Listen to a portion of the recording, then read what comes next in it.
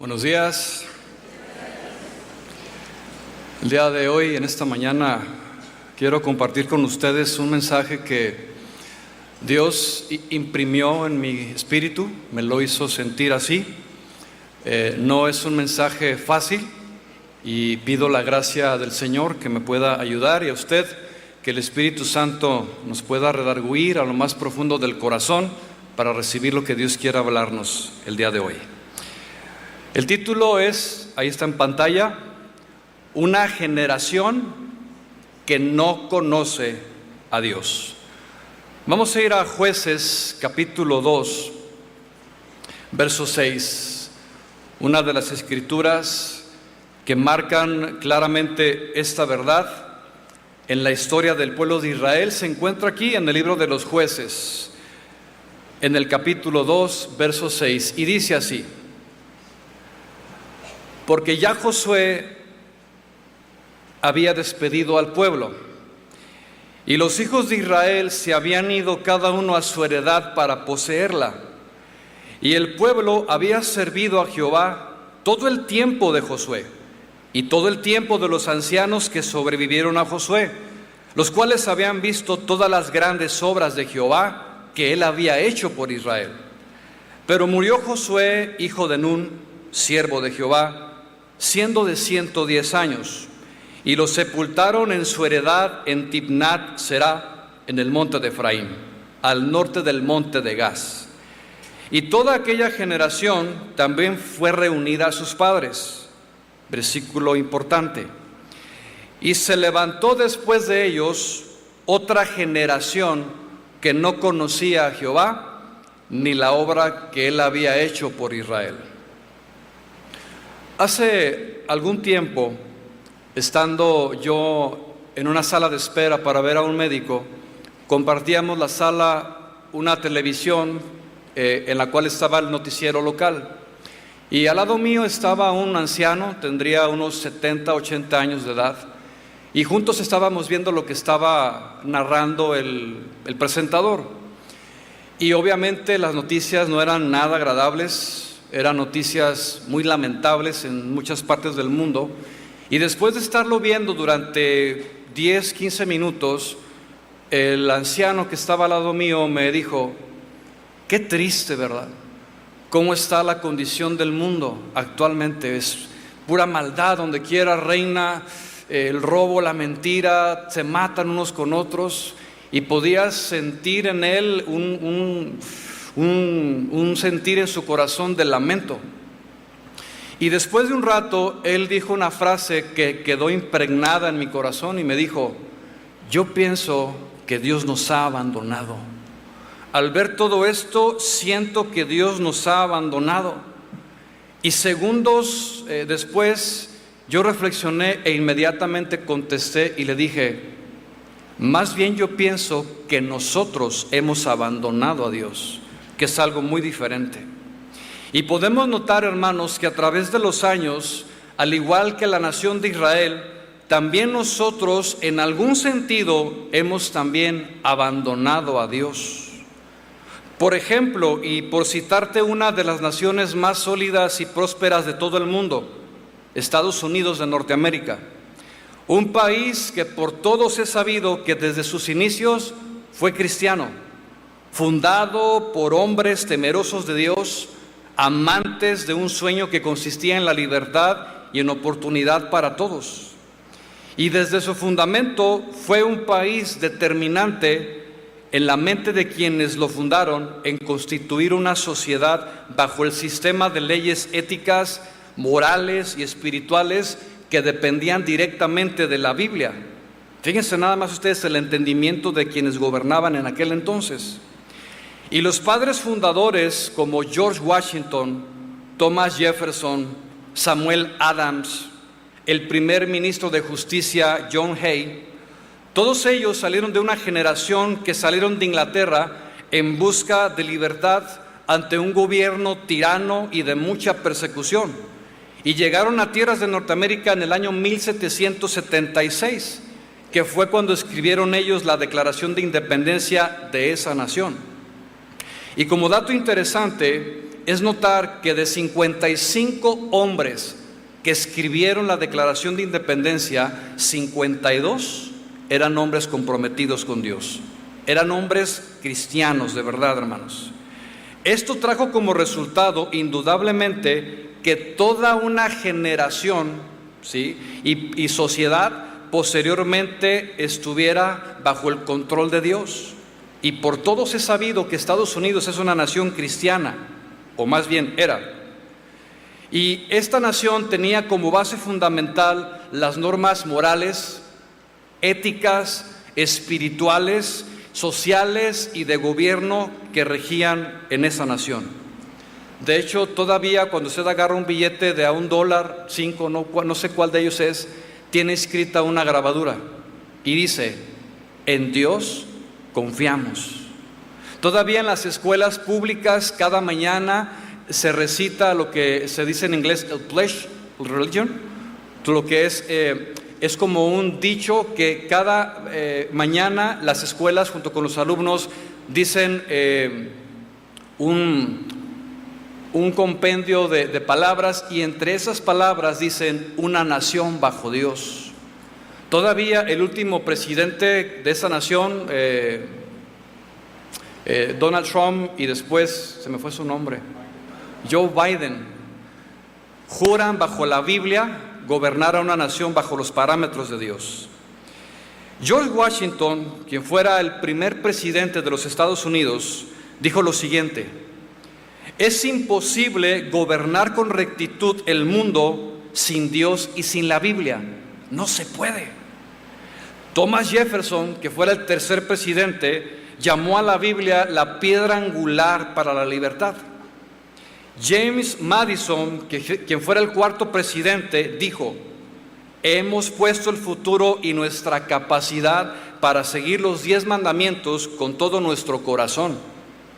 Y vemos de esta manera cómo la estafeta de la fe, de la palabra, del temor a Dios fue pasando de presidente en presidente y de generación en generación, comenzando con las cabezas principales, que son los gobernantes.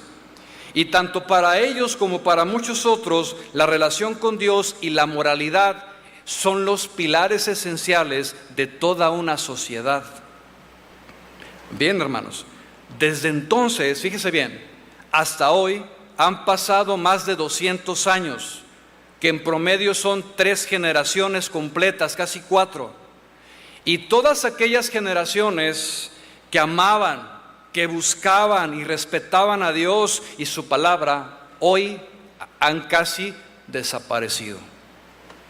El cambio más dramático y acelerado ocurrió en los últimos 50 años. Digamos que fue o ha sido la última generación. Y quiero citar el ejemplo de Estados Unidos de Norteamérica porque es nuestra referencia más próxima que tenemos. Mucho de nuestro cristianismo aquí en México es el resultado del trabajo misionero que ellos hicieron por décadas, hermanos. Fueron casi 2 generaciones completas que predicaron el evangelio en casi todo el mundo. Misioneros que dieron su vida por el evangelio. Y fueron generaciones que con temor de Dios, con pasión por las almas, se entregaron a la palabra y sembraron el evangelio en muchos lugares, que nosotros somos el resultado de ello. Lamentablemente, hoy por hoy, esa nación que fue grande, próspera como ninguna, la primera potencia mundial con fundamento en la palabra de Dios, hoy está tan alejada de Dios y su palabra que ha entrado en una decadencia moral y espiritual sin precedentes, hermanos. Y como nación pilar, como nación punta, como nación de ejemplo, ha afectado sin lugar a dudas a más naciones como a nosotros. Porque lo que mayormente pasa en Estados Unidos también sucede en México y en Centroamérica y los demás países.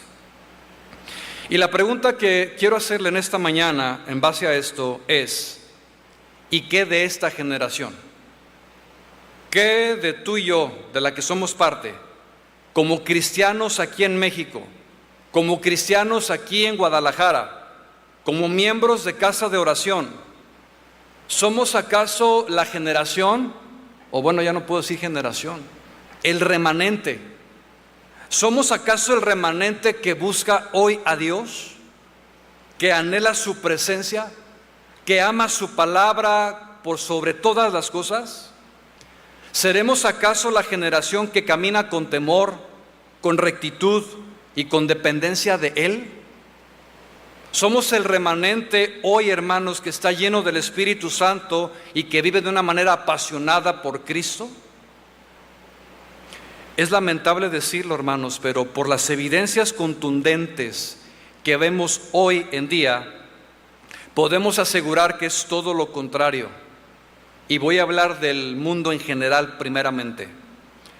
Somos una generación hoy por hoy que ya no busca a Dios, que busca lo suyo propio.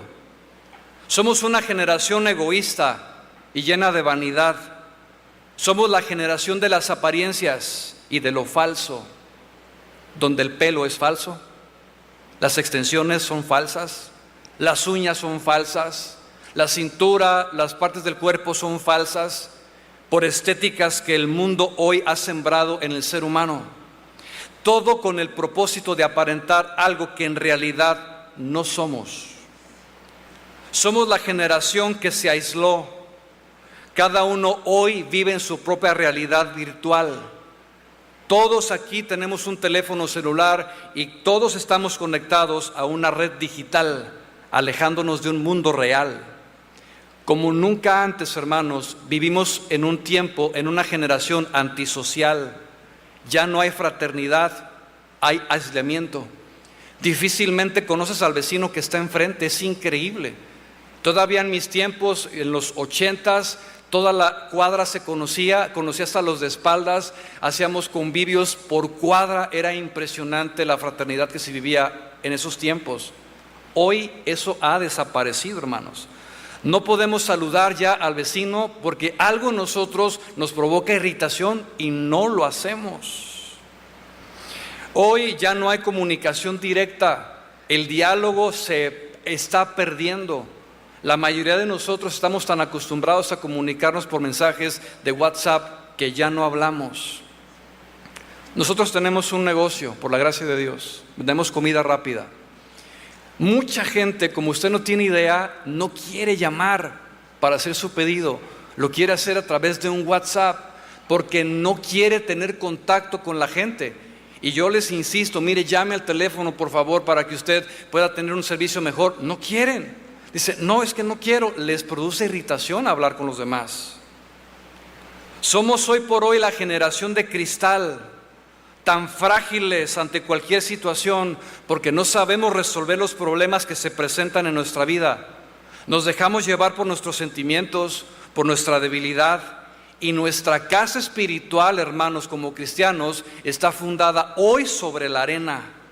Somos cristianos de chocolate que se derriten ante el más mínimo calor de la prueba porque no tenemos solidez, no hay madurez en la palabra, no hay crecimiento.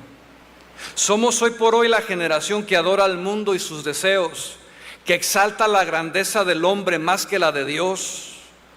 Hoy amamos más a los mayores exponentes del deporte, al futbolista, al basquetbolista, al boxeador, y toda la ciudad se para hacerle homenaje a un hombre. Amamos a los mayores exponentes del cine, de la música.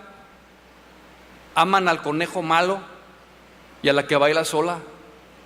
Éxitos, hermanos, que han arrasado las redes sociales y el mundo les aplaude, los adora porque son sus ídolos, aunque algunos de ellos lleven vidas totalmente depravadas e inmorales, algunos hasta blasfemos contra Dios. Pero ¿qué dice la gente o el hombre común? A mí no me importa lo que haya hecho. A mí no me interesa su vida, si mantiene o no a sus hijos, si es gay, si no es gay. A mí no me importa, a mí me encanta cómo canta, cómo actúa. Somos la generación, hermanos, hoy por hoy, la más inmoral que ha existido en toda la historia de la humanidad. Nuestras perversiones han duplicado o triplicado a las mismas ciudades de Sodoma y Gomorra en su tiempo. Somos la generación que busca y ama el entretenimiento como nunca antes. Somos amantes de las series y de todo lo que atrofia nuestra mente y que acaba con nuestro tiempo. Buscamos las gratificaciones instantáneas mediante la exposición de videos y videos interminables en las redes sociales, aunque sean cristianos. Somos la generación hoy que no cree en el matrimonio. Jóvenes que ya no quieren casarse. Jóvenes que dicen, yo no quiero tener hijos. Países en Europa que no hay niños, que les tienen que pagar una fuerte cantidad para que los tengan, porque ya no hay credibilidad en el matrimonio. Como cristianos, somos hoy por hoy una generación incrédula que no tiene fe. Y hace un momento Dios nos hablaba a través de su palabra en la fe, hermanos. Somos una generación que vive sin convicciones, que está a la deriva nada más de lo que el mundo pueda hacer. Somos una generación que tiene una religión, pero no vive una relación con Dios. Somos cristianos nominales, de nombre nada más. Somos tan incongruentes entre lo que decimos creer y lo que hacemos realmente, que estamos tan alejados de Dios, hermanos. Somos una generación que no tiene el testimonio de la verdad ante los demás, porque el testimonio no es creíble en nosotros. Y nosotros que portamos ese testimonio, esa luz, no es creíble ante los demás, porque se nos hace fácil robar, mentir, adulterar, fornicar. Cristianos, hermanos, ser participantes de lo que Dios aborrece. Y nuestra vida, nuestra familia, nuestro matrimonio es igual a los del mundo. No hay diferencia. Porque el cristiano también miente, el cristiano también roba, el cristiano también fornica, también adultera, tiene amoríos por ahí. Y también hace lo mismo. No hay diferencia. También trata mal a su esposa, el cristiano. Y cuando los vecinos que tiene a su alrededor en departamentos o en casas se dan cuenta que también el cristiano grita, que maltrata a su esposa y a sus hijos, no hay diferencia, hermanos. No somos sal ni somos luz. Mientras los primeros cristianos trastornaron al mundo de su tiempo con su mensaje y testimonio, hoy el mundo ha trastornado el testimonio y el mensaje del cristiano. Todo está cambiado. Nos hemos convertido en la burla de los demás. Y hoy el mundo se ríe de nosotros. Somos la generación de matrimonios cristianos que se divorcian como nunca antes. Y cuando un cristiano se divorcia, envía un claro mensaje al mundo. ¿Cuál es el mensaje? Que también nosotros somos iguales. No hay diferencia en el matrimonio cristiano. Somos la generación que perdió la sensibilidad al Espíritu Santo de Dios. Y la perdimos, hermanos, porque dejamos a Dios. Somos la generación hoy por hoy que no conoce al Dios de Abraham, de Isaac y de Jacob. El libro de los Jueces nos dice, conforme a lo que acabamos de leer, que en aquellos días se levantó después de ellos otra generación que no conocía a Jehová ni la obra que había hecho por Israel. La pregunta es, ¿por qué sucedió esto? ¿Cuál fue la razón? Porque indudablemente tuvo que haber una. Nada sucede de la nada, todo tiene su origen, a toda acción le corresponde una reacción. Lo que sembramos cosechamos, y dice la Biblia que en toda labor hay fruto, y sin labor no hay fruto. La respuesta es muy clara, y aprendemos del pasado, mis hermanos. La razón o la causa principal por lo cual se levantó una generación que no conocía a Dios es porque la generación previa abandonó a Dios muchos años atrás, y la generación nueva que vino después no tuvo interés por buscar a Dios. Las dos generaciones iguales. De tal manera que lo que somos ahora como sociedad es el resultado de lo que nuestros padres hicieron durante 40 años de formación. Y en este lugar hay dos generaciones, los mayores de 60 y los menores de 60. Y viene una ya en formación a los 20. Lo que nuestros padres hicieron, hermanos, mis padres, es el resultado de su trabajo. Y lo que los padres de mis padres hicieron es el resultado de su formación. Lo que soy ahora, lo que mi familia es el resultado de lo que yo he trabajado en ellos. Así. Y lo que serán nuestros hijos y los hijos de nuestros hijos será el resultado de lo que hagamos por ellos ahora. Pregunta, cristianos, ¿qué estamos haciendo por ellos y por esta generación? Alguno podrá decir, pero yo ya no tengo hijos, mis hijos ya están grandes, yo tengo ya 60, 70, qué sé yo, ya pasé esa etapa. Déjeme decirle que como cristiano también existe una responsabilidad, usted como anciano, también de formar a los jóvenes que vienen detrás de usted con el consejo de la palabra. Darles ejemplo, experiencias y vivencias de lo que Dios ha hecho con usted. A mí me encanta escuchar a las personas adultas porque te aportan muchísima enseñanza, mis hermanos. Yo me les pego y los escucho a mis pastores y recibo la enseñanza solamente escuchando y viendo su ejemplo y me están formando. Bueno, de esa misma manera también nosotros formamos a los que vienen detrás de nosotros. Y sin lugar a dudas, la sociedad de hoy es el reflejo de lo que nuestros padres dejaron de hacer. Y hablo en general. Nuestros hijos son el reflejo de lo que hemos hecho o no en ellos. Los que tenemos más de 35, levante su mano los que tenemos 35 a 50 años, levántela bien. Somos muchos, ok. Si usted tiene más de 35, entre 35 y 50 años, usted ha de haber tenido hijos que hoy tienen 20 años. ¿Sí? Esa generación, hermanos, de los jóvenes de 20 hacia abajo, son una generación sin metas. Lo quieren todo fácil. Son la generación de las eras digitales, del teléfono. Nacieron con la tableta y el teléfono en la mano. Fue impresionante para mí ver un video en YouTube de un bebé de 6 meses que lloraba porque le habían quitado su teléfono. Y alguno puede decir, pero el bebé no tiene noción. No, sí tiene noción. Lo que pasa es que para él las luces que emite el teléfono, aunque no tenga entendimiento de lo que es, representaban para él estimulación. Y al quitarle la estimulación, el bebé llora. Nacen así, hermanos. Y lo que ha ocasionado esto es que no quieren trabajar, no quieren esforzarse por alcanzar metas, porque su satisfacción está en la dopamina que produce el placer y no en el esfuerzo. A mí me tocó tener la dopamina de esforzarme, de sacar buenas calificaciones en la prepa, en la universidad, de ir subiendo de puesto en una empresa. Eso era mi dopamina, eso era mi satisfacción, mi esfuerzo. Hoy ya no hay esfuerzo. Los jóvenes no quieren esforzarse, no quieren trabajar. Tenemos ese negocio, hermanos, y no sabe usted, yo creo que sí, los que tenemos negocios, cómo batallamos por conseguir personal responsable. No hay. Pero esa es la generación que formamos y lo vamos a incluir todos, hermanos. Ahora es Netflix y todos los videos, los TikToks, los que están educando a la mayoría de la sociedad.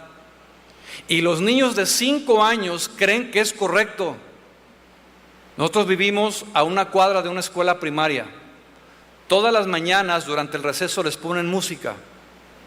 Es impresionante escuchar el coro de voces de niños sin micrófono cantando los éxitos de Shakira, del Peso Pluma y del Bad Bunny. Más fuerte que el himno nacional. Impresionante. Y cuando vas ahí, mi padre trabaja en la SEP, él es auditor, y en alguna ocasión lo acompañé. Y es increíble, hermanos, que durante el receso y les ponen esa música, los niños bailan de esa forma. Porque ¿dónde lo vieron? En los TikToks, hermanos. Ahí lo vieron y de ahí aprendieron. Y la sociedad piensa que eso es lo correcto. Nuestros hijos, los de 20 para abajo, todavía 30, son una generación sin educación, sin valores y peor aún, sin principios morales, mucho menos espirituales. son mal educados, faltan al trabajo, ni te avisan, ya no van a estar, ya no renunciaron, ni siquiera te avisan, cometen un error, no saben pedir perdón, no saben pedir por favor, con permiso, no saben decir gracias, no saben, hermanos. ¿Por qué no saben? Porque así fueron formados. Ellos son una generación independiente, egoísta, amadora de los placeres terrenales. Su mayor satisfacción, tener el iPhone 15. Ser el tiktokero más famoso. Pero la culpa más grande no es de ellos. No es la culpa de un niño de 5, 8 años de edad o del adolescente de 14. No es la culpa del joven inmaduro que a sus 30 años de edad sigue viviendo como un adolescente, sin responsabilidades, sin carácter y que sigue viviendo a la sombra de sus padres. 35 años y todavía estás viviendo con tus papás. Ni casado, ni trabajo. Por eso son ninis. Ni una cosa ni la otra. La culpa no es de ellos, hermanos. La culpa es de nosotros como padres que no formamos a esta generación. Y la que vendrá después de ellos, si seguimos ese rumbo, será peor. Yo les digo a mis hijos, no me puedo imaginar si el Señor no viene antes, cómo van a ser sus hijos. El mundo cómo va a estar. Si ahorita está como está, y como dice el pastor Chuy, y también está en la palabra, el mundo no va a mejorar. Se va a poner peor, hermanos. Pero ¿qué estamos formando? Ahora bien, esto sucede en el aspecto terrenal, pero también sucede en lo espiritual, en nuestra vida, en nuestras familias y por supuesto también sucede en nuestras iglesias. Nosotros hemos sido los responsables porque hemos sido nosotros los que hemos abandonado a Dios. Con los años lo sacamos de la educación, lo sacamos del gobierno, lo sacamos de las escuelas, lo sacamos de nuestra familia y peor aún, y esto me produce muchísima indignación, pero también hoy hemos sacado a Dios de su propia iglesia. Increíble, pero cierto, hermanos. Congregaciones enteras de miles de personas han sacado a Dios de sus servicios. ¿De qué manera, pastor? Lo hicieron a través de la falsa doctrina, del falso mover del Espíritu Santo, cambiando el genuino mover del Espíritu por las emociones humanas. Increíble, pero cierto. Abandonaron a Dios por medio de la música, tal y como lo hicieron en los tiempos de Moisés, cuando subió al monte y baja y encuentra toda esa multitud entregada a los placeres por medio de la música. Hoy, hermanos, lo que escuchamos aparentemente como música cristiana no es cristiana, no es del Espíritu de Dios, es humanismo disfrazado de cristiano. Pero ¿qué es lo que pasa? No hay discernimiento, hermanos. Y muchos piensan que lo que canta porque él es autor cristiano es cristiano. No, por eso hay que discernir la letra de lo que estamos cantando.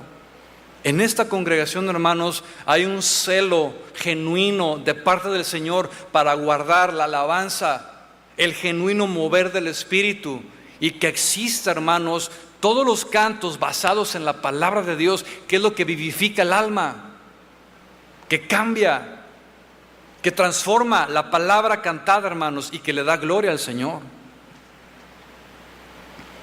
Hermanos, tengo mucho temor de lo que estoy diciendo, pero es lo que el Señor imprimió en mi espíritu. Quiero invitarla a que por un momento examinemos nuestro corazón, meditemos en lo profundo de cada uno de nosotros, si también tú y yo de alguna forma también hemos abandonado a Dios. ¿Cómo lo sabremos? ¿Cómo sé si abandoné o no a Dios? Ve tus prioridades, analiza tu estilo de vida. ¿En dónde está hoy tu corazón? ¿Qué es lo que hay en tu corazón? ¿Qué sale de él? ¿Qué busca? ¿Qué desea? ¿No será acaso que hay idolatría? Y que la idolatría es la que gobierna, y peor, sin darnos cuenta. Pero ¿en qué sentido, Irán? Mira, la idolatría, por ejemplo, en el uso del tiempo. Que en lugar de buscar a Dios, de invertir mis pocas horas que tengo después de trabajar, invertirlas en Dios, las invierto en cosas vanas, pasajeras. ¿Cuántos tenemos un teléfono celular? Todos, ¿sí o no? Un día, nada más por hacerlo, todos tienen una aplicación dentro del teléfono o una función que le marca cuánto tiempo lo utiliza. Préndala y se va a sorprender de la cantidad de tiempo que usamos en ese dispositivo. Idolatría de nuestro tiempo. Te avientas una maratónica de series de Netflix impresionante. ¿Es malo? ¿Es del diablo, pastor, ver Netflix? No estoy diciendo que sea malo ni es del diablo. Lo que estoy diciendo es la prioridad. ¿Qué acaso no hay idolatría en el corazón por eso? Porque ¿qué es idolatría? Todo aquello que ocupa el lugar de Dios. Eso es idolatría. Pueden ser personas, cosas, el perrito, el gato, los pajaritos, el dinero, las ocupaciones, el trabajo. Todo aquello que ocupa el lugar de Dios es idolatría, hermanos. Y la Biblia nos exhorta en hacer un buen uso de nuestro tiempo. ¿Qué dice la Biblia? Mirad pues con diligencia cómo andéis, no como necios, sino como sabios, aprovechando bien el tiempo.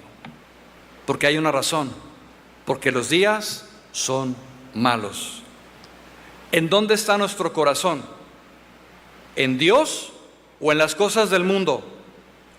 Por eso pregunta, ¿he abandonado yo a Dios? Escudriña tu corazón, hermanos. Escudriñemos nuestro corazón, porque hoy el mundo, que es nuestra máxima influencia, adora el dinero, la posición, la fama y el reconocimiento.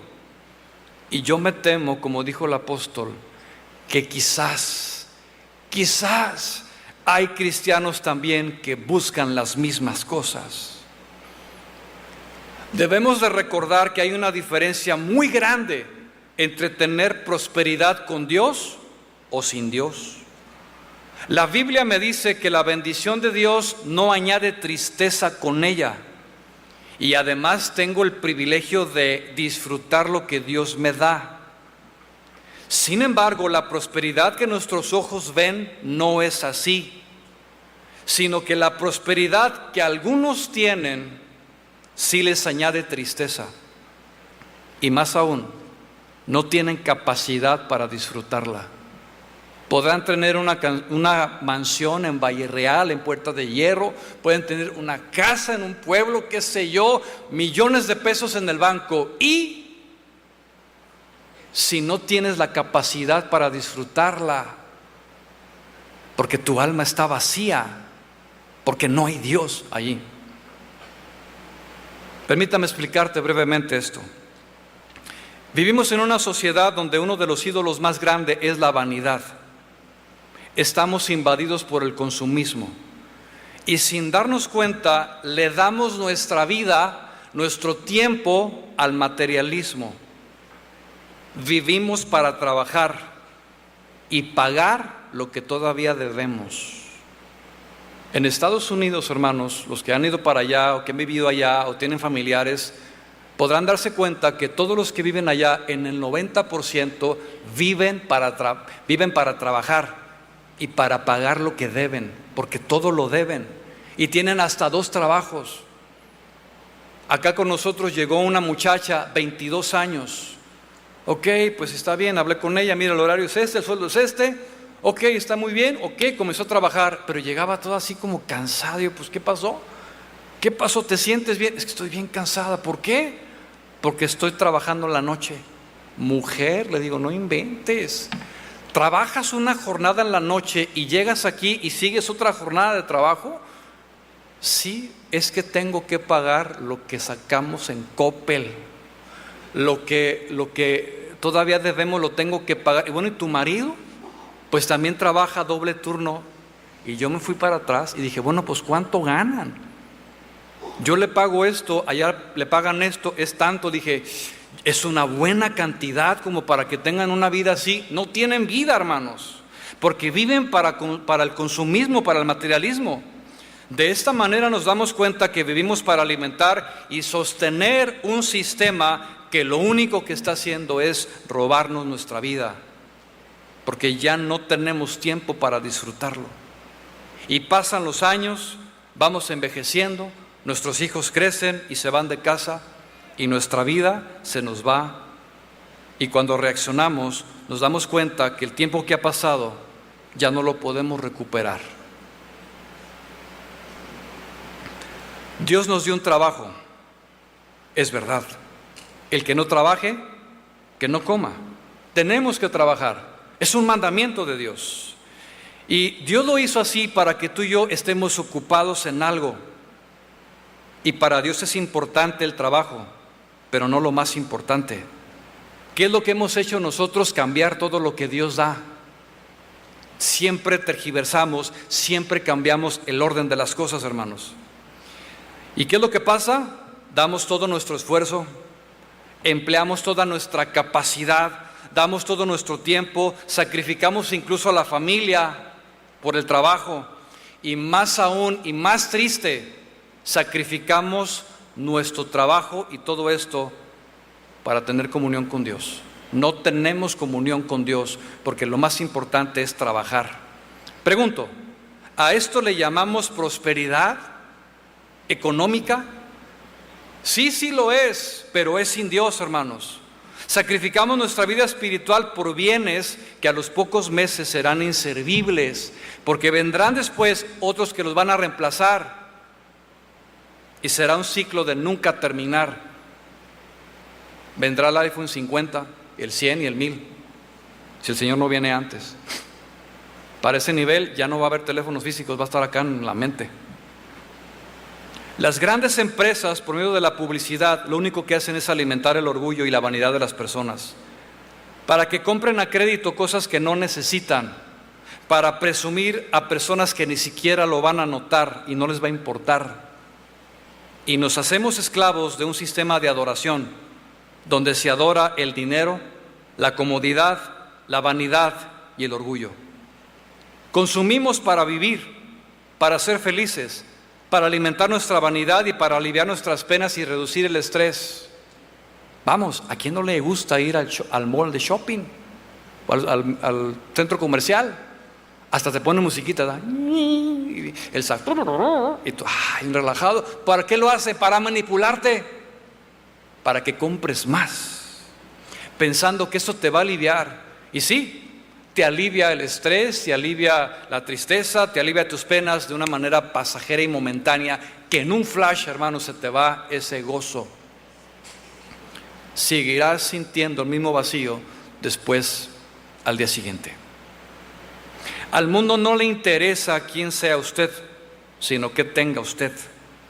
Y lo más tremendo de esto es que estamos tan acostumbrados que nuestros sentidos se han adaptado tan rápido que ya no lo percibimos. Vemos todo esto que le acabo de mencionar como normal.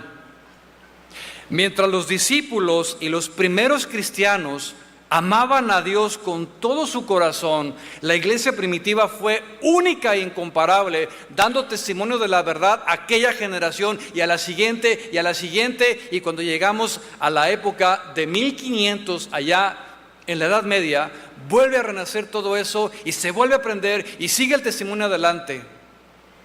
Pero con el paso de los años, hermanos, todo esto se apagó.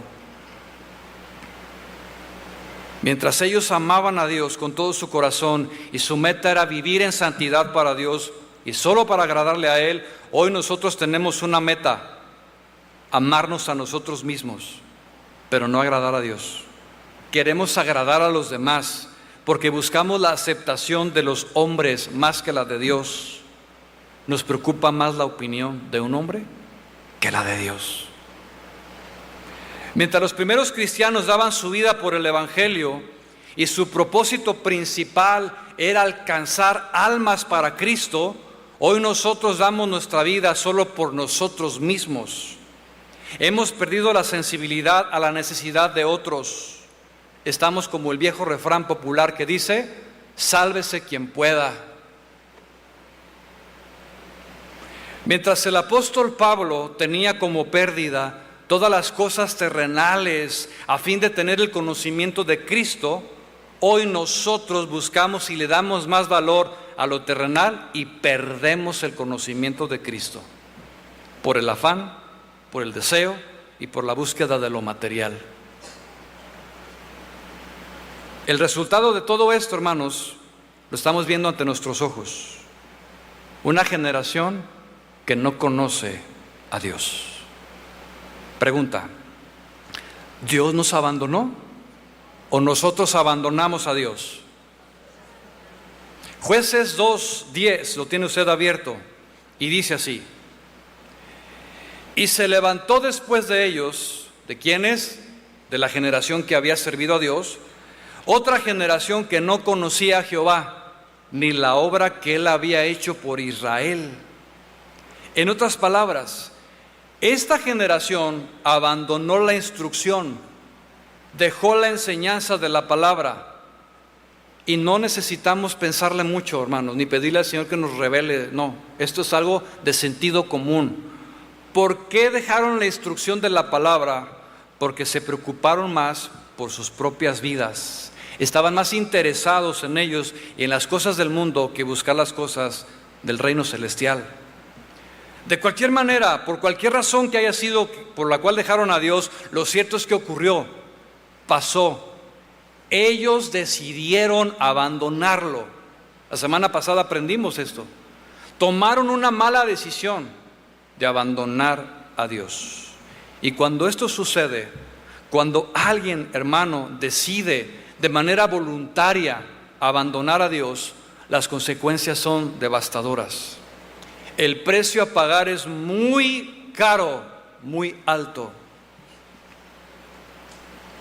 En una ocasión un joven me preguntó: Irán, mira, yo nací como cristiano, mis padres son cristianos, desde el vientre de mi madre oraron por mí, y he estado en la iglesia durante 18 años de mi vida, pero estoy cansado,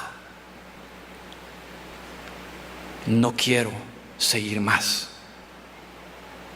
Quiero probar el mundo, quiero saber lo que es bailar, quiero saber lo que es tomar un tequila, quiero saber lo que es estar con una chica, quiero experimentar, quiero probar. Le digo: ¿te estás dando cuenta de lo que estás diciendo? ¿Estás diciendo que quieres abandonar a Dios? Pues no lo quiero abandonar, pero eso es lo que me estás diciendo. Y si tu decisión es abandonar a Dios, te lo tengo que decir, pero no te espera nada bueno. Vas a ir por la vida, vas a probar lo que tú tanto anhelas, pero vas a regresar golpeado y maltratado por todas las cosas que hay en el mundo. Génesis, en el capítulo 3, después de la caída de Adán y Eva, Dios dijo que la tierra iba a producir cardos y espinos. Y eso es lo que nos produce el mundo: cardos y espinos que nos van a espinar, que nos van a maltratar, y vamos a acabar, hermanos, muy mal. Las consecuencias de quien abandona a Dios son terribles. Veamos qué sucedió con la generación que no buscó a Dios. Jueces capítulo 2, versículo 11. Ve usted las consecuencias. Después de los hijos de Israel, o sea, después de que abandonaron a Dios, hicieron lo malo ante los ojos de Jehová. Indudable. Y sirvieron a los Baales, a los demonios. Es decir, que después de presentar sus cuerpos, sus miembros como instrumentos de justicia, después de haber abandonado a Dios, ahora sus miembros se presentaron como instrumentos de iniquidad. Sirvieron a los demonios. Versículo 12. Dejaron a Jehová, el Dios de sus padres, que les había sacado de la tierra de Egipto, y se fueron tras otros dioses. Dioses, hermanos, ídolos de los pueblos que estaban en sus alrededores, a los cuales adoraron. ¿Y qué vino como consecuencia? Provocaron a ira a Jehová. Te pregunto, ¿quieres tú tener a Dios como enemigo? Yo le dije a este joven: mira, Dios te dio libertad para elegir. Si tú quieres probar el mundo, El alcohol y todo eso que me acabas de mencionar, claro que es un deleite para tu carne, le encanta tu carne. Y ¿sabes qué? A mí también me encanta. En mi carne, en mi humanidad, sin Cristo, le encanta, igual que a ti. La diferencia está en que yo nací de nuevo, tengo ahora el Espíritu Santo que me guía hacia toda la verdad, tengo la capacidad de discernir para tomar buenas decisiones, y ahora el pecado ya no reina en mí, porque Cristo me liberó. Entonces, es tu decisión, es tu decisión. Si tú decides abandonarlo, será tu decisión y tú llevarás las consecuencias de tus decisiones. La Biblia nos dice, hermanos, que después de abandonar a Dios, de no conocerlo, todo el pueblo se volvió contra Dios y como consecuencia reinó la maldad. Escucha esto: cuando el hombre, la mujer, el joven, el matrimonio cierra la palabra de Dios, lo único que le quedará es un entendimiento cegado por un corazón perverso y engañoso. Sus pensamientos se nublan, no tiene la capacidad de discernir, no puede hacer diferencia entre lo bueno y lo malo. Su conciencia se cauteriza por el pecado y ve todas las cosas como normal. Adán y Eva es el ejemplo claro de quienes primeramente abandonaron a Dios. Lo tenían todo en un huerto maravilloso, con la misma presencia de Dios. ¿Y qué fue lo que hicieron? Cambiaron la verdad por la mentira de una serpiente. ¿Qué trajo como consecuencia? La destitución, el abandono de Dios. Pregunta: ¿Dios te abandona? Romanos capítulo 1 dice que cuando los hombres comenzaron a pecar y a hacer cosas depravadas por una naturaleza pecaminosa, Dios los abandonó. Ahora, hay que interpretar esa palabra.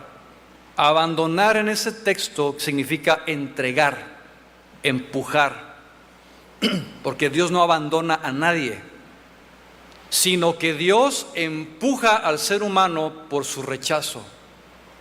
¿Eso quieres? ¿Eso quieres, joven? ¿Eso quieres, joven? ¿Probar el mundo? Dios es un caballero y Dios respeta la voluntad del hombre. ¿Ok? ¿Está bien? Y es cuando llega al punto tal maldad, hermanos, que Dios entonces, como esta gente no se arrepiente y ni tiene la intención de arrepentirse, Dios entrega, Dios empuja.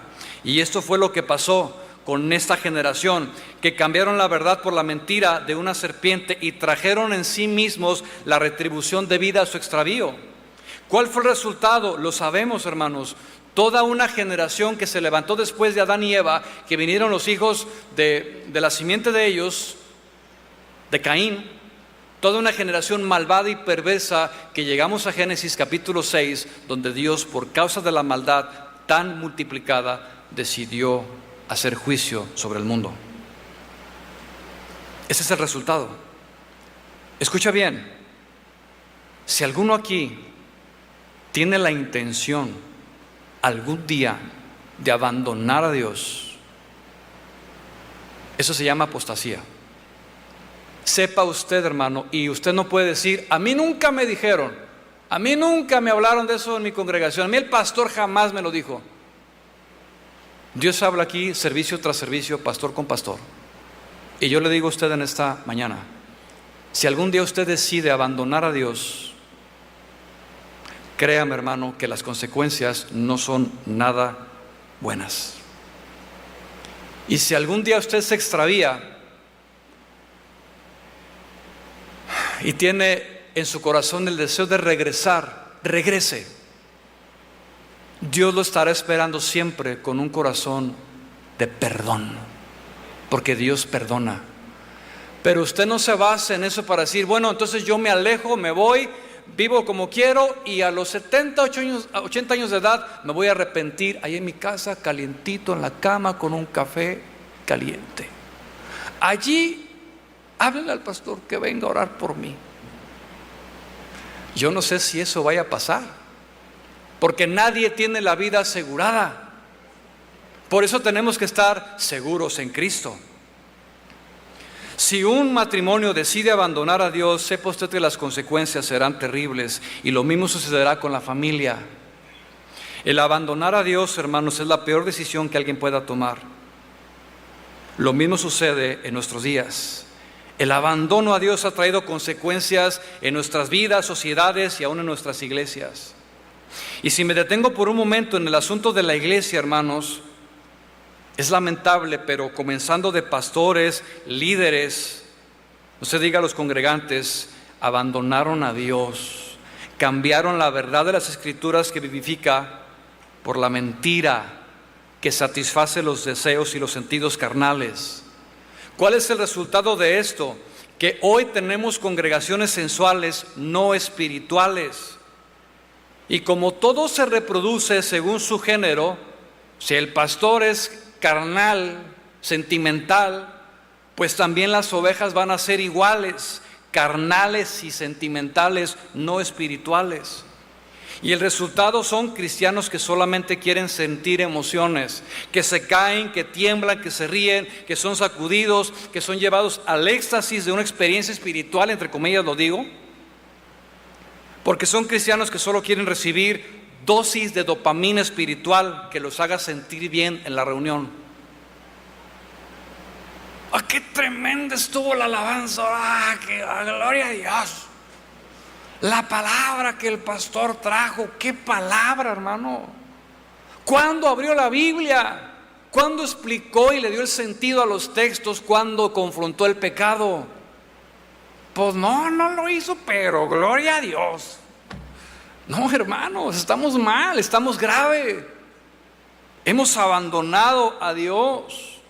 No se diga el área de la alabanza y de la adoración, hermano. Música que no es de Dios. ¿Y qué es lo que pasa? Son corazones vacíos espiritualmente, porque no hay vida de Dios. Porque saliendo de esos lugares, recibiendo la dopamina espiritual, siguen siendo los mismos de siempre. Solo recibieron gratificación espiritual, pero siguen siendo los mismos soberbios, avaros, siguen adulterando, fornican, mienten, codician de corazón, odian. Muchos adictos a la pornografía. Tenemos de esa manera entonces una generación que no conoce a Dios, no conocen los atributos de Dios.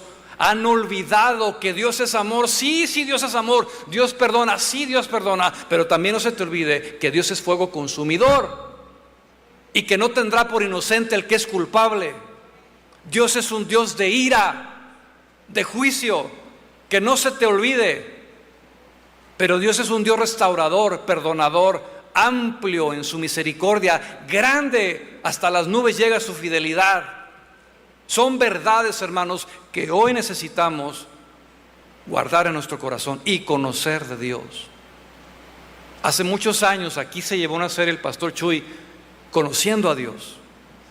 30, 40 enseñanzas, no sé cuántas fueron. El tiempo para instruir a la iglesia en el conocimiento de Dios. Y se está levantando entonces una generación que no conoce a Dios.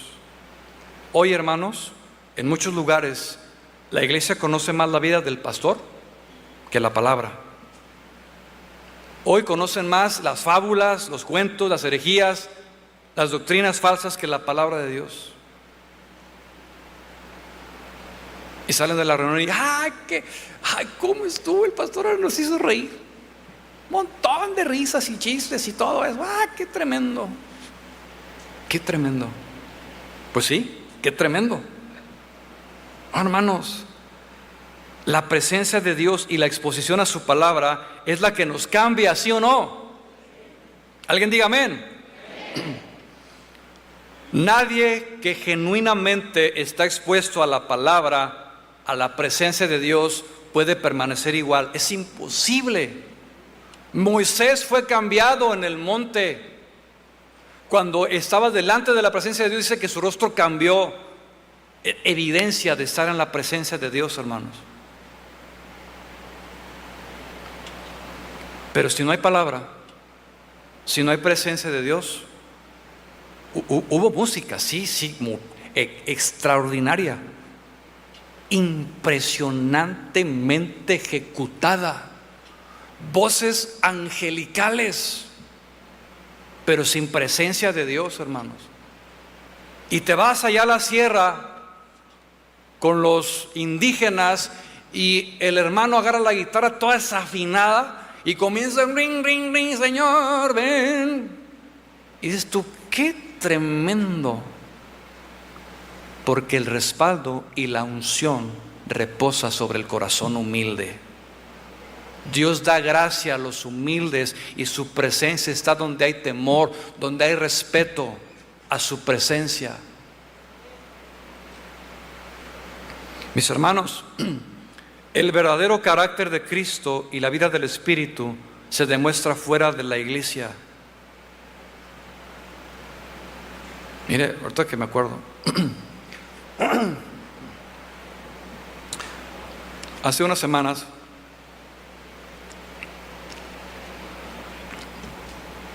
el pastor Chuy me mandó un WhatsApp con un video de un niño, se veía como africano, y dice: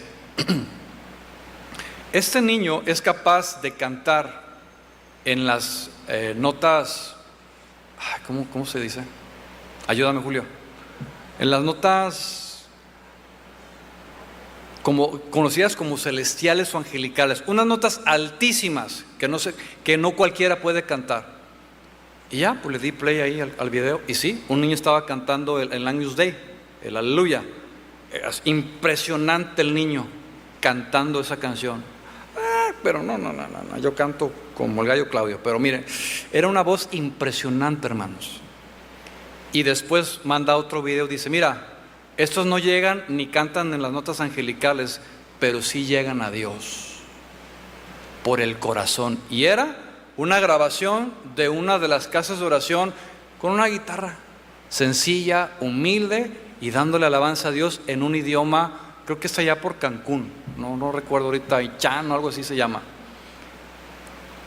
Porque Dios ve el corazón, no la excelencia musical, las voces, todo eso que es importante, pero lo más importante para Dios es el corazón, hermanos. Entonces, en las iglesias de hoy, en muchas de ellas, en congregaciones, no hay presencia de Dios, no hay palabra, hermanos. Y lo que cambia el corazón es la palabra y la presencia de Dios. ¿Cuántos dicen amén? Entonces, ¿Dios nos abandonó o nosotros abandonamos a Dios? Alguno podrá decir: yo creo que no. Yo creo que te estás equivocando, Irán, de mensaje, porque pues yo soy muy bueno. Mira, yo ayuno, doy mis diezmos de todo lo que gano, me congrego todos los domingos, canto como mi Cristo. No, mira, yo cumplo toda la palabra. ¿En serio? No, pues hagamos una enramada para ti. ¿Por qué, hermanos? Porque podemos estar autoengañados, hermanos. Podemos estar viviendo una vida espiritual equivocada. Y mire, yo le quiero invitar a que juntos evaluemos nuestra vida espiritual que tenemos en este mismo momento. Pensemos por un momento que estamos a 1 minuto de morir, que ya estamos ahí y que el Señor está por llamarnos a cuentas en 1 minuto. Ay, Señor, perdóname. No. A ver, siendo sinceros, ¿cómo consideras tu vida espiritual en este momento? No me refiero a congregarte o leer la Biblia o ser perfecto, porque nadie lo es. Pero ¿cómo consideras tu vida espiritual ante los ojos de Dios en este momento? Porque si yo digo que tengo una relación, eso se demuestra, ¿cierto? ¿Cierto? Se demuestra con mi manera de vivir. Pero también, hermanos, si yo no tengo una relación y no conozco a Dios, eso quiere decir que yo lo he abandonado, porque no reflejo lo que Él es en mí. Mi comportamiento, mis decisiones, mi vida matrimonial, familiar, aún en el trabajo, mi familia, ¿cómo es? ¿Tengo realmente sinceridad de corazón? ¿Hablo con prudencia al hablar? ¿Tengo honestidad? ¿Tengo compasión? ¿Vivo en integridad? ¿Hay misericordia? ¿Perdono las ofensas?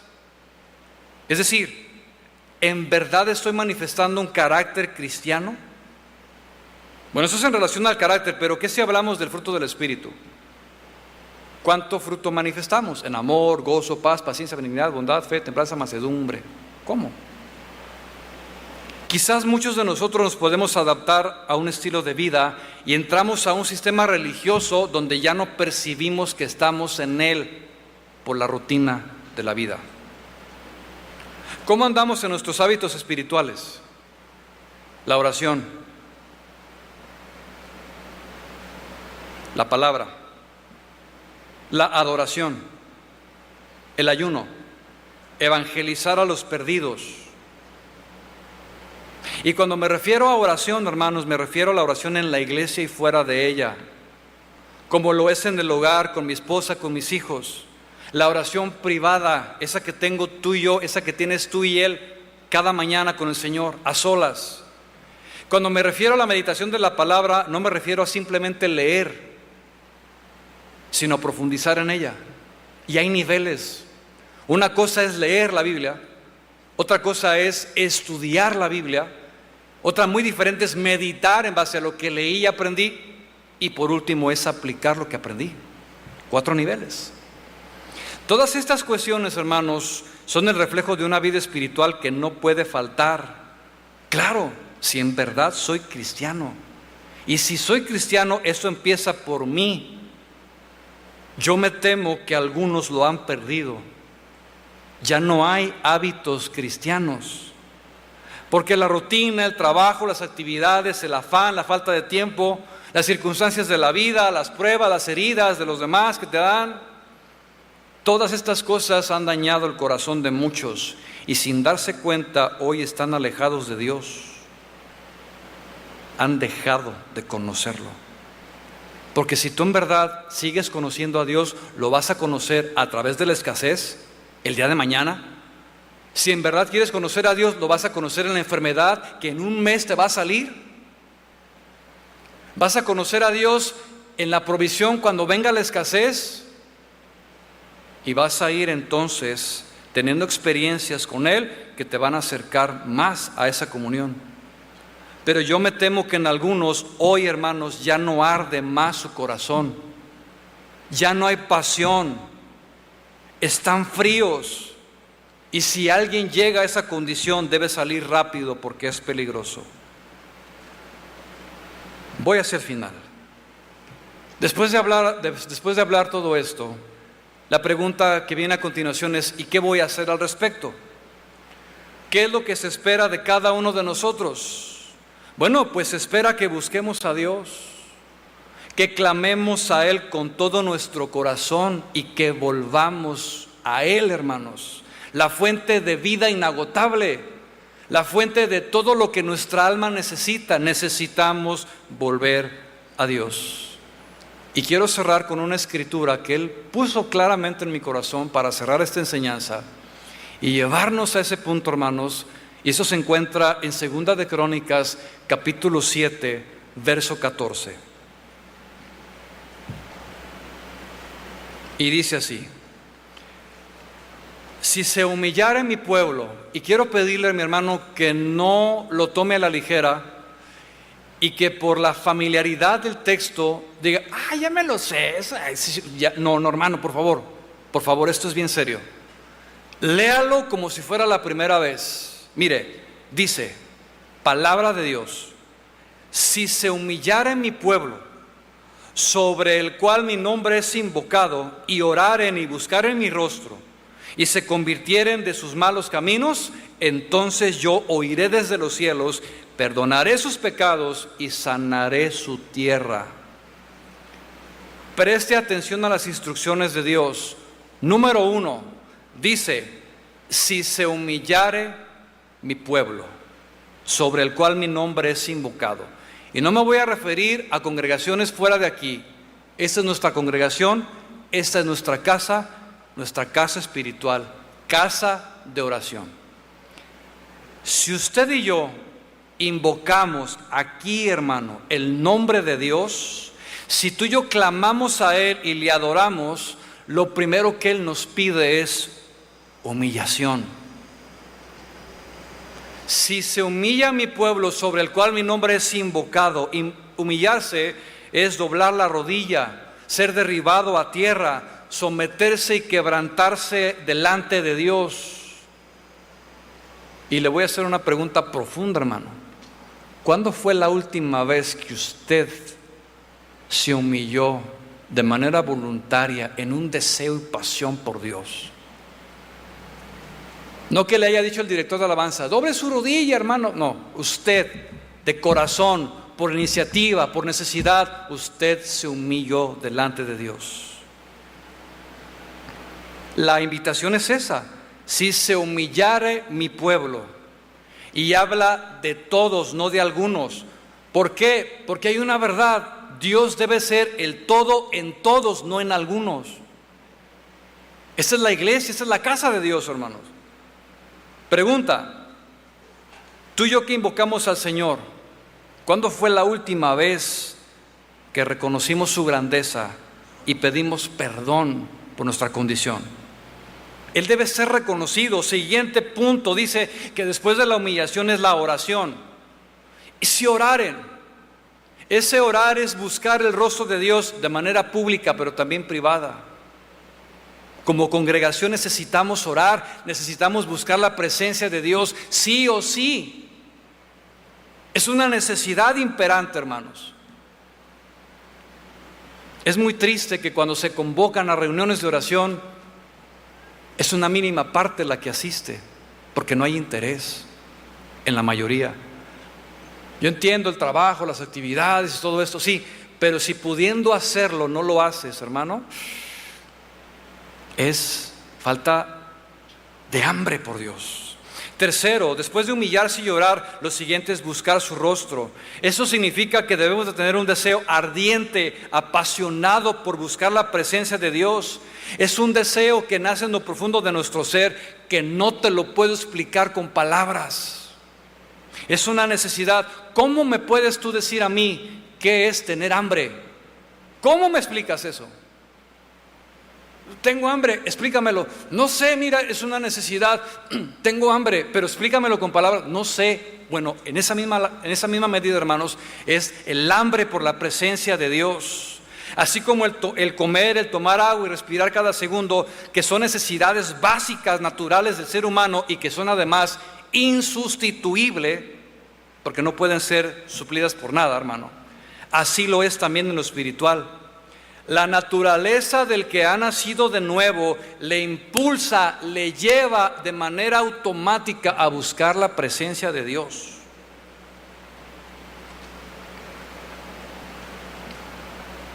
Quien escribió el Salmo 42, tremenda inspiración del Espíritu, dijo lo siguiente: como el siervo busca por las aguas, así clama por ti, oh Dios, el alma mía. Mi alma tiene sed del Dios vivo. Y mi clamor y el de muchas personas en esta congregación, nuestro clamor es: Señor, pon hambre en tu iglesia, pon sed de tu presencia, pon temor en cada corazón. El hambriento valora la comida, el que tiene sed valora el agua. El pecador verdaderamente arrepentido valora a Cristo, quien es su Señor y Salvador. Y lo último que Dios nos pide, después de humillarnos, orar y buscar, es el arrepentimiento de corazón. Arrepentimiento es volver a Dios, es dejar nuestros malos caminos, nuestras conductas pecaminosas, es terminar con el pecado tal y como le pidió Dios al rey Saúl. Le envió el profeta y le dijo: Saúl, tienes que acabar con Amalek, el pecado no debe de reinar más. ¿Y qué fue lo que hizo Saúl? Saúl perdonó, pero Samuel mató. Y aquí se reflejan los dos reinos, el gobierno humano y el gobierno de Dios. El gobierno humano representado por Saúl agrada siempre a la carne, a lo terrenal, pero el gobierno de Samuel, que es el de Dios, siempre hará la voluntad de Dios, terminará con el pecado, hermanos. Se requiere arrepentimiento de corazón.